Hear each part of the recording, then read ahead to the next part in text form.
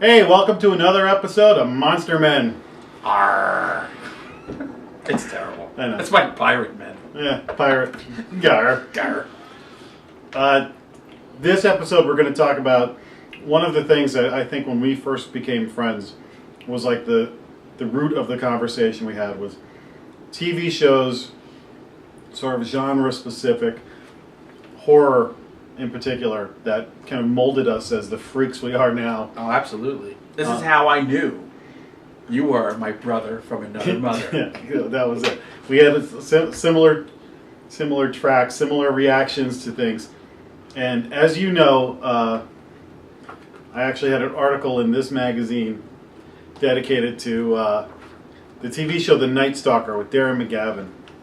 And that was the show for me as a kid. And me too. That started it all, because I loved monsters, vampires. We've talked about our problems with the current vampire genre, and one of the things that I miss is vampires that are afraid of crosses. Yeah. I think because religion has been taken so completely out of everything that you can't even have it in vampire mythology anymore.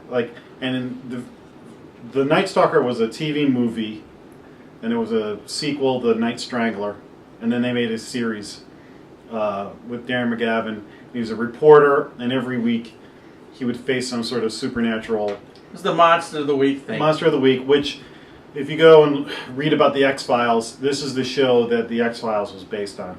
So if you go back and watch Night Stalker now, it's obviously pretty cheesy in places. But it was also, one of the creators was Richard Matheson, who was the guy who... he did a lot of Twilight Zones. I Am Legend. I Am Legend.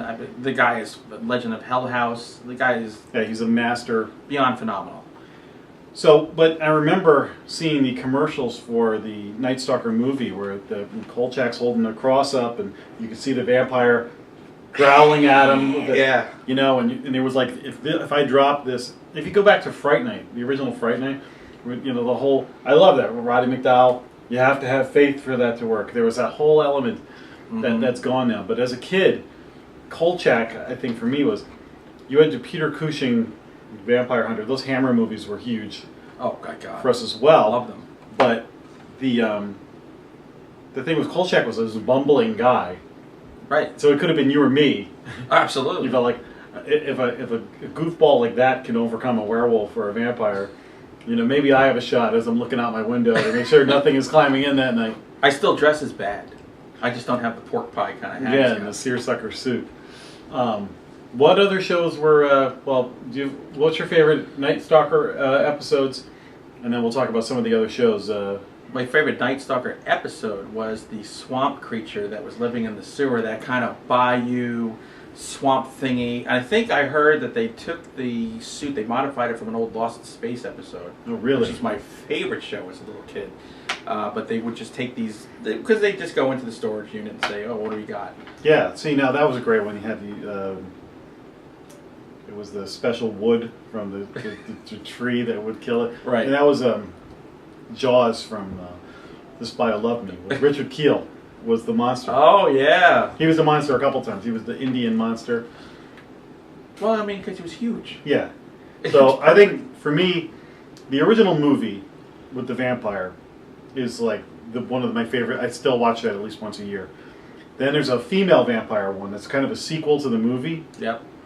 That, as a kid, there was a couple of visual images of like, the woman turning around, baring her fangs. I'm like, duh. And a hand coming out of the ground. Like, there's some good scary for a TV show. You also got to remember, we were like 6 and 7 at the time too. That's good stuff. Like, yeah. But one of the things that made that show great too was the fact that Darren McGavin and Simon Oakland as Tony Vincenzo were so funny. Yes.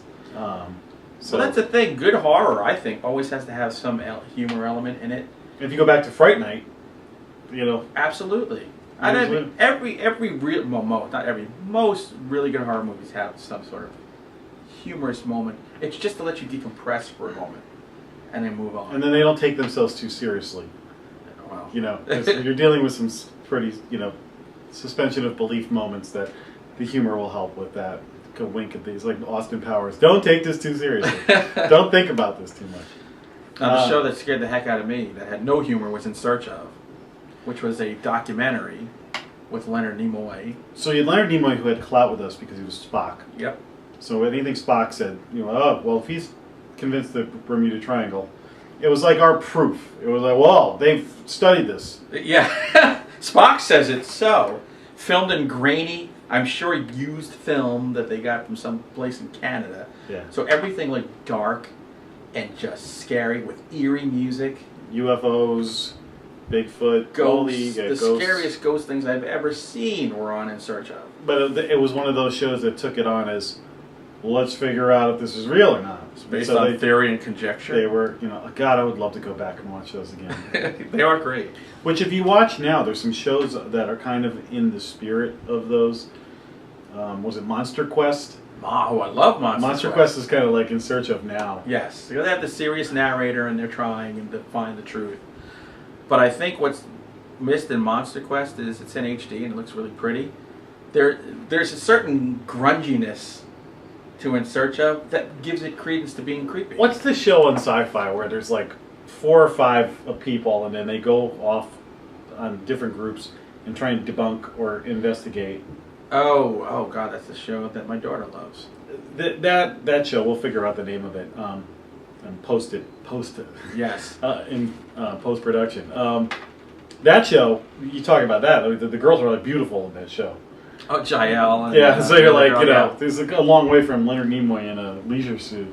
Yeah, it's hard to be scared when you're going, oh, I really hope that she investigates that mermaid with the wearing a bikini. Yeah. And she does. Isn't there a ghost of the Bahamas you have to go investigate? Yeah, so, going back to In Search Of, a show that I got into was Tales from the Darkside.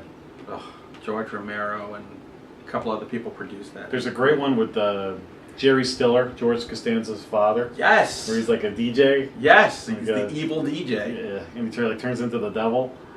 Rush Limbaugh. Yeah, like that show was fun. That's another one that I'd love if it was on now to see how it stands up. It's on now. If you look, it's on Chiller Theater. So if you get that channel on your cable network, it's on Chiller Theater. It's on every weekday, I think 5 to 6. They play 2 episodes.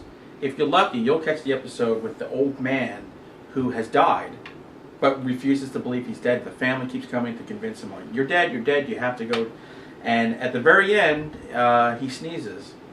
And then he just walks off camera and he says, okay, I believe you. And then a family member opens up the napkin and his nose is in it, crawling with maggots. To me, that was the premiere Tales from the Darkside. But you can watch it every day now.